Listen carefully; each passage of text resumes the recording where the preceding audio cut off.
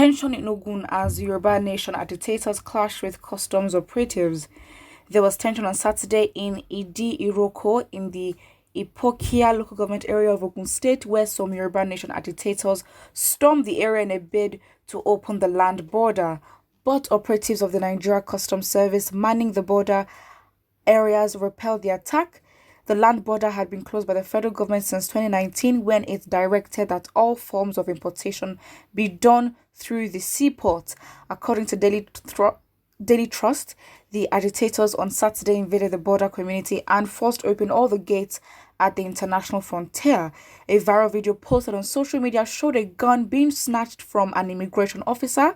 When contacted, the police relations officer of Nigeria Customs Service Ogun 1 Area Command, Hamed Oloyede, confirmed the incident. This is the first time the agitators have acted violently. Well, the beginning of more to come. They're just starting. Again, if you compare with people like, for example, IPOB, they've been active for a long time, and I guess this is the first of its kind, especially in the southwest, for agitators to act in such violent ways, or let's say be a clash. Well, again, we all need, as much as these things are happening, everything's need to be, much more intense for change to happen. However, I think we need to take one thing at a time. I don't know. I think that the fact is the power lies in the people, and if you're united, it is better to fight, and the impact will be much more. I think that as much as we might try to diverge into different ideologies, the fact is that we have to be united, and we cannot afford to be ununited or disunited. So that's basically it. The fact is that the power lies in the people. So what should necessarily happen instead? Not that we should not look into being an independent nation or Oduduwa, Biafra, whatever. However, I think that we need to, education in the north, just exposure to what is going on, and ask, what do you actually want? What kind of life do you want to live? And I think if we all have a common goal, common enemy, number one, the government, it gives us something to work with. It really does. It really does. Because again, it can literally easily be a war between the people and the government, in which the government has a lot of connections that can literally do nasty things. Well, that's it. Somebody says first to lament. Don't know what that means. Someone says Yoruba people are waking up. Keep it up. Someone says we opened our borders. It's our land. Nigeria can't decide for us. And this is the exact reason why agitations are happening again. If you say it's our land, Nigeria can't decide for us, it's safe to assume and suggest that, what, we do not believe in one Nigeria.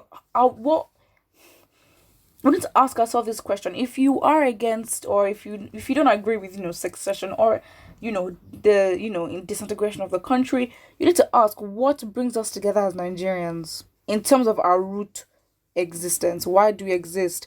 Colonization, exactly. So until we decide that for ourselves, in terms of what we want for ourselves and how we want to continue as Nigerians, in which, being realistic, we do not all agree to the same ideology, it seems that the best and easy way out is for us to separate.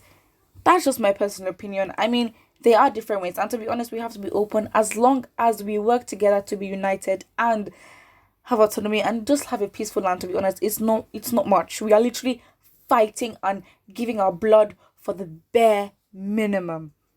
That's it. Somebody says that go and register for a death first. I do not understand what this is meant to mean, but yeah, that's just it. Lawlessness everywhere in Nigeria. God, we pray for your intervention. Well, you're gonna have to also work for it as well. As much as you're gonna pray, you have to work for it as well. Somebody says we opened our borders. I read that. I can't thank God for this. Okay. I mean, I guess that's just it, to be honest. But the fact is, I guess the Yoruba people, well, a sect of it, agitating for an independent nation, well, I guess is what they've wanted for a long time, I guess. I mean, some might say, yes, the Yorubas are just waking up. However, it is their prerogative. Let's be honest, we are not united as Nigerians. We don't like each other. And I think that's something we need to fix in terms of just understanding that this country, just the setup of this country has made us very selfish. The way we are, it's just not ideal, absolutely, for human beings. I think we just go through so much hardship that shapes our reality and the way we think, and it's just absolutely mad. So again, a key important thing into achieving what we need to achieve is that for the physical revolution to happen, that mental revolution needs to start now and begin with us. Why do I say that? Because until we begin to think as what we are and worthy of a land that we do deserve, it will not reflect in our actions. That's it. That is it. And what is happening right now is that we are fighting for the bare minimum as a result of the past generation not speaking up. Again, we've lost so much. We've been through so much. Why do we want to lose more? If anything, we are losing time. And time is of the essence. It is very crucial. We cannot back down on this. So again, it's just like, okay, fine. If you're against, what kind of solution would you prefer that Nigeria take for us to be united? And in terms of, what would actually keep all of us united in terms of Yoruba, Igbos, Hausas, and of course other sub-ethnic groups?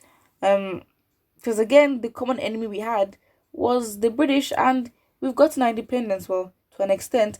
So again, the fact just remains that how do we fix this? That is the question. Do you want there to be tension or not tension? The fact is, we are going to have to be united some way, somehow. I think that our history was interrupted, so we've never really had, in recent times, last 200 years, I'm saying, we've never really had a period for us to really self-actualize in terms of have our own being, have our own land, and rule in our own land, and have ideologies that are unique to us, and just fully be in that mode of self-expression.